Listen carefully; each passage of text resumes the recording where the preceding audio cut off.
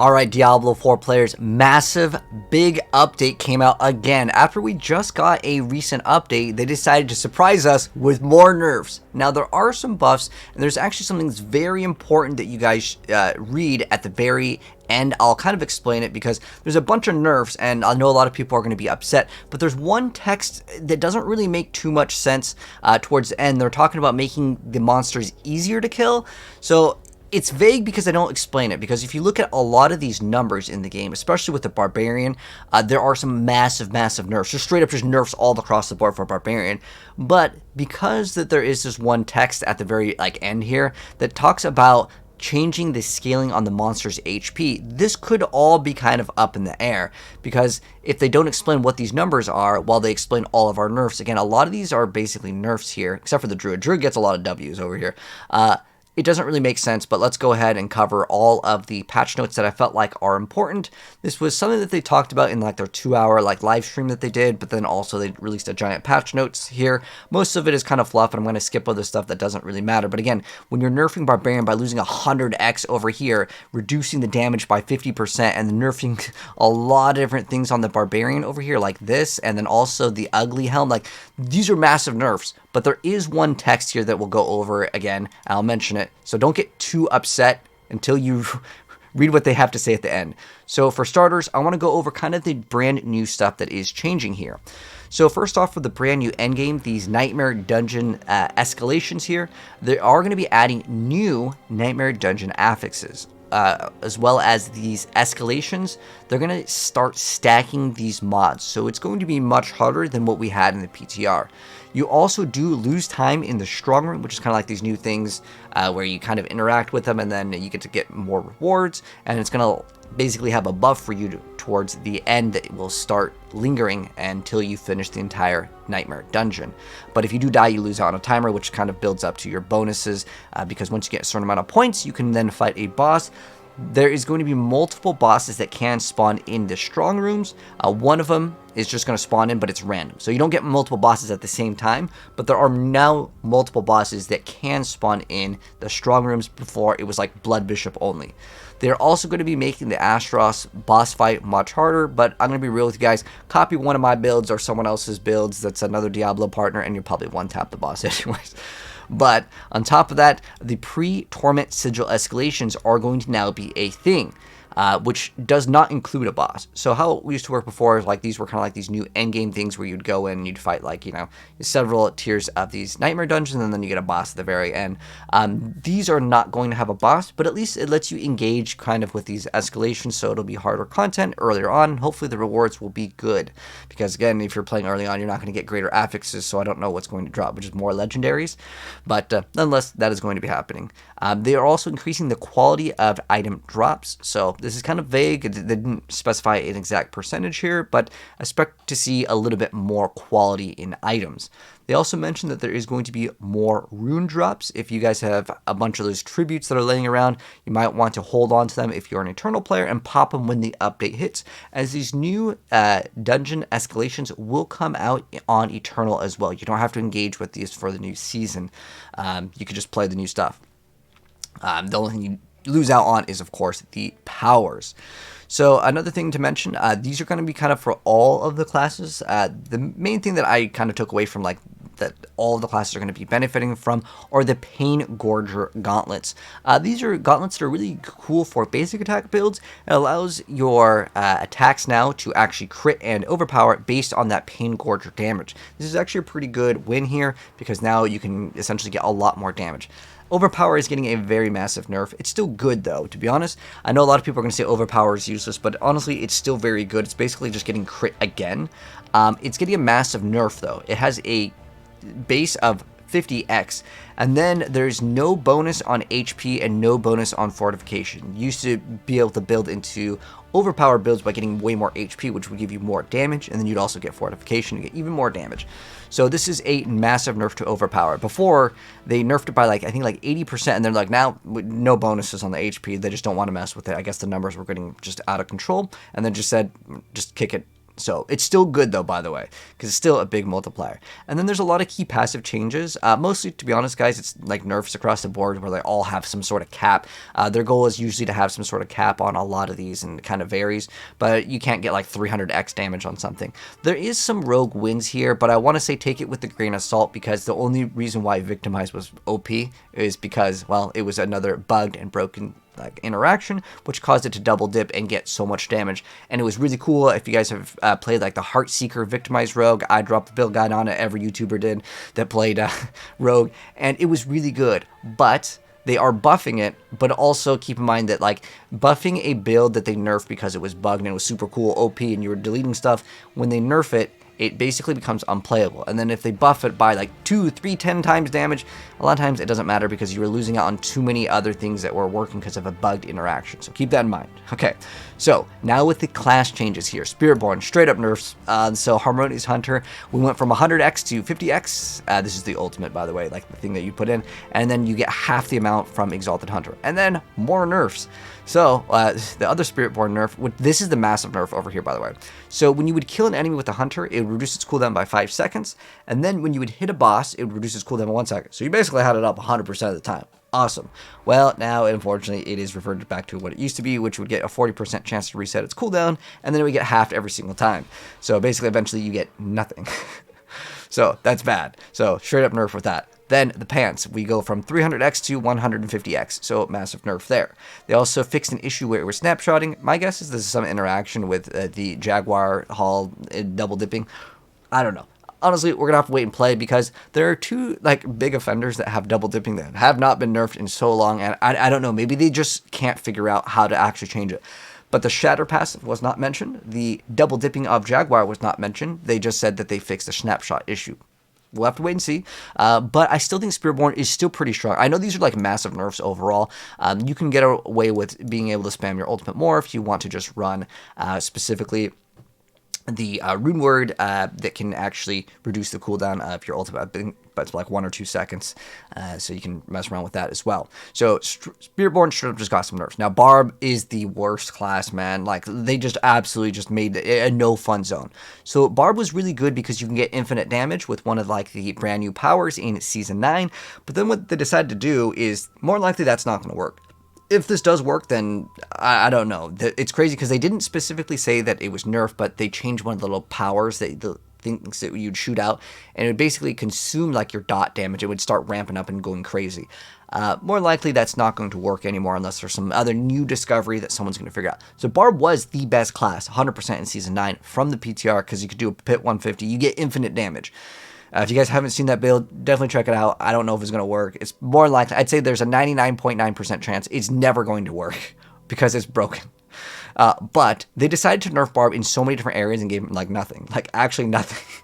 So they give it extra cleave radius, okay, to be fair, in the notes. There's actually like cleave radius on one of the Barbs. It really doesn't matter though, as far as these, okay, where is it? The hooves the mountain guy. They changed something else where it gets like cleave radius. Okay, there it is. So you get like a little bit wider. It doesn't matter, not really. So what did we lose in return for those awesome buffs, right? It's really not though. So we reduced damage bonus on heavy hitter. This is big because you get like several ranks, and you start getting 10 ranks in a heavy hitter. You start going from 150x to 100x. So that's a pretty big nerf right there. 50x damage. That's like two aspects right there. The ugly Bast Helm goes from 100x to 60x, so another 40x loss. We're losing, on average. It depends on what build you're playing and if you're investing in a heavy hitter, but let's be real, most people play it, right? So you lose out on another, let's say, for example, let's say 50x here and another 40x here. That's like 90x damage, and then Dust Devil's damage got reduced by 50, and then we get the Earthquake damage getting from 200x to 100. I mean, like, dude, these are like massive, massive nerfs. And what do we get in return? Nothing, man. Like, there's nothing. To be honest, if I was a Barb player, I'm gonna be real with you guys. Just look at another class. Maybe come back in season 10 here. It's very sad what they did with Barb. Now, on the opposite end, Druid got some W's, man. So Pulverize, I was already talking about before how it was going to be a really good build, and now it's like secured itself. They're like, let's double down on it, make sure that Druid gets to win this season. And, to be honest, if you guys didn't know, Diablo Immortal is getting a brand new class. Their new class is the Druid. Druid also gets a deer form in the game. I think what they're doing, I don't know, I'm just, you can call it tinfoil hat. But because the Druid's coming out in Diablo Immortal, they want this Druid class to be good. And they're just like, let's make Druid the best class this season. I don't know. I feel like people do that with video games when there's a new skin or like there's something around that new character for like a promo of like, you know, it's a new character in a new, you know, Overwatch or Marvel Rivals. They come up with something and they're like, oh, just make sure that this is the best build. They increase the damage of Pulverize, which already was pretty decent, but now it's really good because they have 100% overpower in these pools, and they showed off gameplay that you can get overlapping pools of the Pulverize, and it's really good. And then they changed this, which doesn't really affect the build that much because you get 100% overpower. So this, like, you might be thinking, oh, you're losing on overpower, but they give you another 30, I believe this is X damage, increased damage to crowd control enemies and bosses. As long as this is X, this is a bonus. If it's additive, it's like, it doesn't really matter. It's maybe a net loss here, but it doesn't really matter too much because, again, you are getting the poison pools to overlap, which is the biggest thing, and you get a poison pool every single time. I'm going to be dropping a build guide very soon on that. I think that's going to be one of the most popular builds because Sork actually took a nerf. And some buffs, but great Staff of the Crone. This got a nice little buff over here. I don't know if this is going to make it like a super Omega S tier build because, again, they're buffing a lot of the basic skills, and if you have another 100x is still like great at the end of the day, but 100x of like something's trash, you know, 100 times 0 is still 0, so we'll wait and see. But at least they hear me. I've been talking about this for the past like 10 videos. I'm like, I like a Crone Staff Druid, and they're like, all right, you know, Slater's talking about it too much. We'll go buff it. So thanks, Blizzard. I appreciate it. I hope that this can be the S tier build. The reason why, this is one of the coolest things in the entire game. If anyone's played Crone Staff Druid, you know it's one of the coolest interactions, especially because you can get those multiple key passives if you play the new helmet. You can go crazy with it. I think this is going to be fun, a fun build more than anything in terms of push. I feel like it's going to be the Pulverized Druid though, but pretty cool stuff indeed. Now, Necromancer, some straight up nerfs. Okay, so if you guys have played the Bone Spear build where you would imprison the enemies and do some damage, that is getting a big nerf because you used to have 100% overpower. Now it's only one shot of the overpower. As far as Blood Wave goes, we're getting another nerf. The Blood Orbs that spawn in to give you guys cooldown reduction, that is getting a nerf by 50%. Instead of getting 3, you get 2, so it's going to be kind of annoying. With the passes with Separation, you do get a buff. Titan's Fall also getting a massive nerf over here because it has the keyword while fortified. You get 6% increased damage. Now it's 5%. So yeah, this is overall 8 nerf to that build. And then there's a buff with Flesh Eater, and I think this is good for consistency. It's one of the more annoying things with Necromancer. So it was Flesh Eater, it would require you to consume 5 corpses to get like a bonus on damage. Now it's only 3, so that is a net buff. So there are some buffs and nerfs, but overall I would say that this is the biggest nerf here with the Necromancer. So you're probably going to be locking in and playing the build with the Skele Mages more than anything, because this is like a pretty massive nerf. If you guys want the Skele Mage build, I'll be dropping that one very soon. Now as far as Rogue, what did we get with Rogue? So we lose damage on Shadow Clone over here, which like whatever, you know, Death Trap is the best build, right? So does this really matter? Well, we get Shadow Clone now giving us less damage because it used to give you another 20% additional damage, and then they reduced the base over here. And then Shadow Damage now gives us a Visage, giving us 20% damage reduction. It's kind of weird because I never really thought that, like, oh, Shadow Clone is for defensive stats, but whatever, now it does less damage and gives us damage reduction. So give and a take, but overall, let's be real, Death Trap is what people are going to be playing. So what they did is it no longer reduces the cooldown from kills or overpowers on the baseline, but let's be honest, most people get so much CDR, and you know, your bonus to the Specialization would give you enough where you're spending resources to keep on getting the bonus with Banished Lord's Talisman, so this doesn't really matter. The additional pull effect is what it would used to do, and then now killing or overpowering an enemy has a 20% chance, so you have like a random RNG for resetting cooldown, but again, most people are just going to run the passive, so when you spend resources, you get increased cooldown, so it doesn't really matter too much. But then damage reduced from 300 to 200, that matters over there. Honestly, I think their goal is to make it so people don't want to play Death Trap because they've been constantly nerfing it. It's been the best build for 3 seasons, basically, and it's still looking to be pretty strong. I know that there's just straight-up nerfs. There's a lot of nerfs overall to like the Death Trap build, but it's still pretty dang solid. Even Eyes in the Dark getting changed again. But as far as Victimized goes, so what are the changes with it? So just to go over like this is like copy and pasted. Basically, what it comes down to is you had a 50% chance to deal 90% damage. Now you have a 50% chance to deal 200% damage. Good numbers, right? No, because the bonus damage would go up to 300, and now it's 75x increased damage. So it's a little bit more consistency. So you do double damage here, but instead of getting, you know, a big multiplier, you get smaller multiplier. And it's up to you how you want to look at it. But I want to say, and I'm just mentioning this, a lot of these good OP builds, was like Horadric Barbarian, Ball Lightning Sork, and the Victimized Rogue, they get changed because that they were bugged, and then they're just pretty much garbage. This is a very consistent thing with Diablo 4. They take a really good build, and then they nerf it, and it becomes unplayable. And then they buff it by 20, 30x, and they have to buff it a lot of times to get it up to par. We'll wait and see. I mean, I'm hoping that I'm wrong, and this is going to be like some amazing build, especially with the Pain Gorgers able to actually get like the bonus, because you could play that in the Heartseeker Rogue build. But I want to say, don't get baited by this, because again, the reason why Victimized was so good is you had all this double dipping that existed before. Also, you had a crazier multiplier, but now everything is kind of capped here in Diablo now with the key passives. But on top of that, there is another change with Alchemic Admixture. So what it used to do is would give you a bonus. This is for basically mixing two different imbuements. So how it worked is whenever you would deal two different types of non-physical damage, it would increase the potency of your imbuement skills by 40% for 5 seconds, and then it was increased further by 40% of the total amount of your bonus damage to poison and cold shot. Okay, so you would get a total bonus of, let's say, like 80% of the imbuement's potency, right? But now it's getting a buff to getting 100% of it, so it gets double effectiveness, and then you also get non-physical damage by 50x, so that's kind of cool. But if you were to look at something that was like close quarters, something where you could get like 300x on average, it still is overall like a net like loss for the rogue, especially because again these key passives really mattered a lot. But there is again something that's very important that we'll go over at the end that could change everything that I'm talking about with all these nerfs. However, this is cool because maybe you can actually run this, because let's be honest, as far as I'm aware of, there was no top tier build running Alchemic Admixture. But maybe we can see some sort of variant of Twisting Blades with some Poison Imbue, which actually was performing quite well already.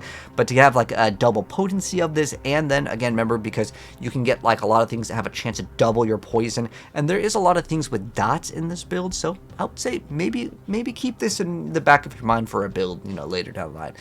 Then with Ravagers, there is a bonus where you get increased damage with Shadow Step. This is more a meme build. I just don't want anyone to get baited out by it, because how it works is it's really great against smaller trash targets, but if you're fighting elites, these damage multipliers, again, it's hard to, like, you know, one-shot everything in the game. And if your whole build is based off of one thing where it has a cooldown, if you don't one-shot, then it becomes bad. Think of it kind of like Flicker Strike in Path of Exile. If you played that without the charges, it feels bad. So they did buff the damage, but as long as you are one-shotting everything, it will feel good. They buffed the Death Mask over here. This is something I've already talked about, but they mentioned it again. So anyway, so it would give you another 20% damage here, and then it would take 2% less HP. That's the buff with it. Is this going to be like the S tier build? I would say Death Trap is still probably pretty strong, and probably what a lot of people will play. Maybe Twisting Blades is going to be the kind of like the actual like thing that's better, because Twisting Blades was actually already, again, performing quite well. As far as this goes, it's a 20x, so you can go up, I believe it was like tier 90 or 93 was like the highest that the Flurry build pushed, but giving another 20x, you can maybe give it at max, maybe like 3 to 4 tiers, I would say, is probably what we're looking at as far as like the buff goes. And then with Eagle Horn, it now always bounces at least once. Awesome. This is a meme build. It is a fun build, but I would not say that this takes Eagle Horn from, I don't know, F tier. It's probably like more like D tier, but it's fun. Is it good? No. And the reason why is like how it works is it has to collide with terrain and it bounces. It's for pen shot, by the way. I like this item. I've really enjoyed this item, but it's always a fun build. But no like high tier pit pushing. There is actually a bonus with like physical with one of like the powers, but for the most part, yeah, I wouldn't count on this to be like the S tier build. Eyes in the Dark over here, the bonus damage got changed from 200 to 60x. Again, massive nerf. And then they decided to nerf the Death Trap build even further because it's an ultimate build. And they nerfed actually it changes the Rain of Arrows build as well. It's a nerf to that. So we go from 60x to 40x. So another 20x nerf on top of, again, losing out on, again, another 140 nerf on that. And then, again, there's the nerf over here with the damage being reduced by another 100x. So a massive amount of nerfs, unfortunately. Now, Hydra, it actually is getting a nerf to too, but there's also buffs. So before, when they announced like this new update, I was thinking, okay, a lock-in man, the Sork is 100% one of the better ones, but it didn't get nerfed that bad. So as far as the Hydra Sork goes, how it works now is when you summon the Hydra head, it's going to immediately just shoot out, apparently. It's cool. That's a buff. And then we have the Invoked Hydra. This is the nerf over here. So, I believe this is with, this is with the crit. So this is a nerf and a buff. So how it works is, how it used to work is after you crit, your Hydras gain 30% critical strike chance. Now how it works, because this way you don't have to attack, Hydras gain 50x critical strike damage and 20% critical strike chance. So nerf over here, but then buff because you get the bonus because they just gain that crit strike damage. I would say overall this is probably a net buff for the build, so that's cool. And then this is the nerf that you actually care about because most people are going to be playing the dot variant. Anyways, this is for the crit variant. So as far as the dot variant, so previously casting Hydra would use all of your mana and then you get some big damage. It goes up to 2.5, and if you run a two-hander, that's 5%. This is big. So now how it's changed, instead of 2.5, it's now 1.5, and because it consumes all of your mana is how it works. I don't know why they changed the wording on it, but it's the same thing. It's just the number got changed from 2.5 to 1.5. That's all that matters. It's a pretty big nerf. So most builds will have about 300-ish mana, give or take. So what's the numbers? What are we looking at? Okay, so you go from, on a one-hander, from 750 to 450. If you're looking at a two-hander, you're going from 1500x to 900x, which is a 600x damage loss. That is pretty big nerf, but again, it's like so good that like it's still probably going to be one of the top tier builds considering they really destroyed the Lightning Spear Sork.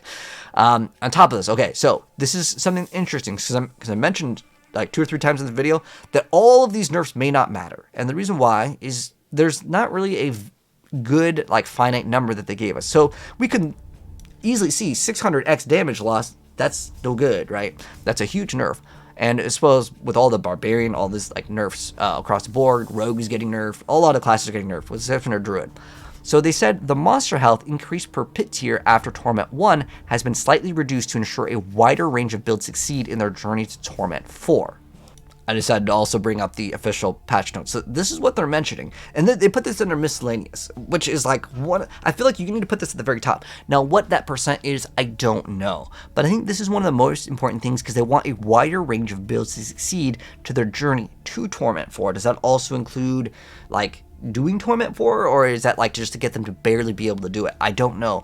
But if they're nerfing us in all aspects, pretty much, all the classes, again, with the exception of Druid, just took some massive L's. Although Druid takes L's because Overpower is based off of the Bear Druid. Anyways, so since they're nerfing that, if they're nerfing also the monsters, I think this is an okay thing because it keeps the numbers in line. I think what their goal is, and I really want to know what's the number. Like, this is the most important thing. You're telling us we're losing out on like 600x damage. Like, that's massive. But what about the monsters? Like, if they're reducing these monsters' HP, then what's that number? Are you cutting it in half? Is it 10? Are you nerfing it by 5% or something? Like, because if it's a number that does not matter, then why even mention it? Like, it's kind of worthless because most people can't really tell the difference between like a 5% in terms of like your progression in the game, because it matters. Are you just one-shotting everything up until Torment 4? Because that's usually what builds do. But I want to say that this is a area where they should have mentioned what is this number. This is so important. They also mentioned this like portion of the overpower that would be based on fortification, which I already told you guys. But I think that the fact that they're putting this miscellaneous might be like maybe it doesn't do anything. Maybe they're nerfing the monster HP by 5%. But if they're like cutting the monster's HP in half, this allows a lot of the non-meta builds to actually perform, and all these nerfs do not matter. And I was thinking that maybe their goal is to make the numbers not too crazy. Like, I don't know, we got probably billions and trillions of damage, right?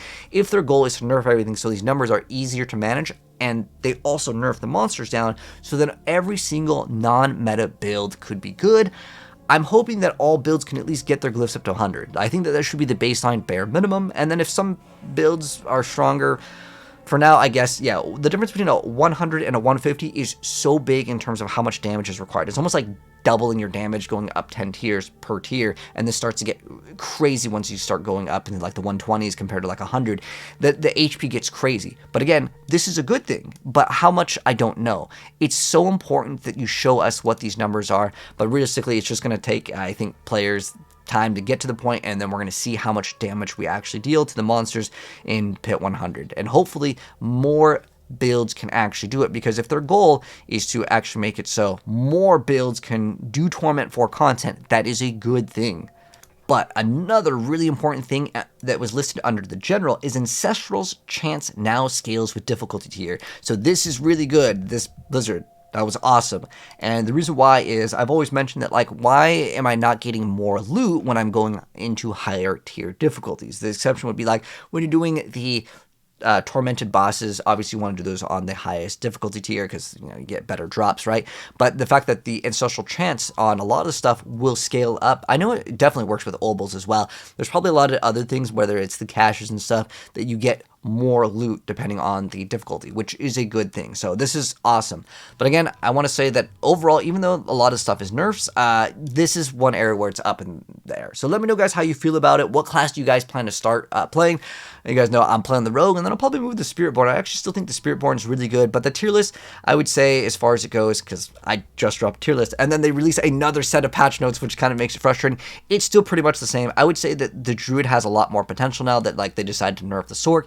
But because this is still going to be probably one of the top tier builds at the end of the day, I will say it's pretty much going to stay the same. We'll just have to wait and see how good the Druid is with the overlapping and how easy it is to apply, let's say, quad overlaps, because also overpower is getting nerfed. And the biggest thing here is, like, we don't know what's the scaling on the health on the monsters. Anyways, that's going to wrap it up. If you guys enjoyed the video, drop a like. If you're new here, subscribe to the bell if you want to be up to date on Diablo and other action RPGs. And I'll catch you guys on the next video.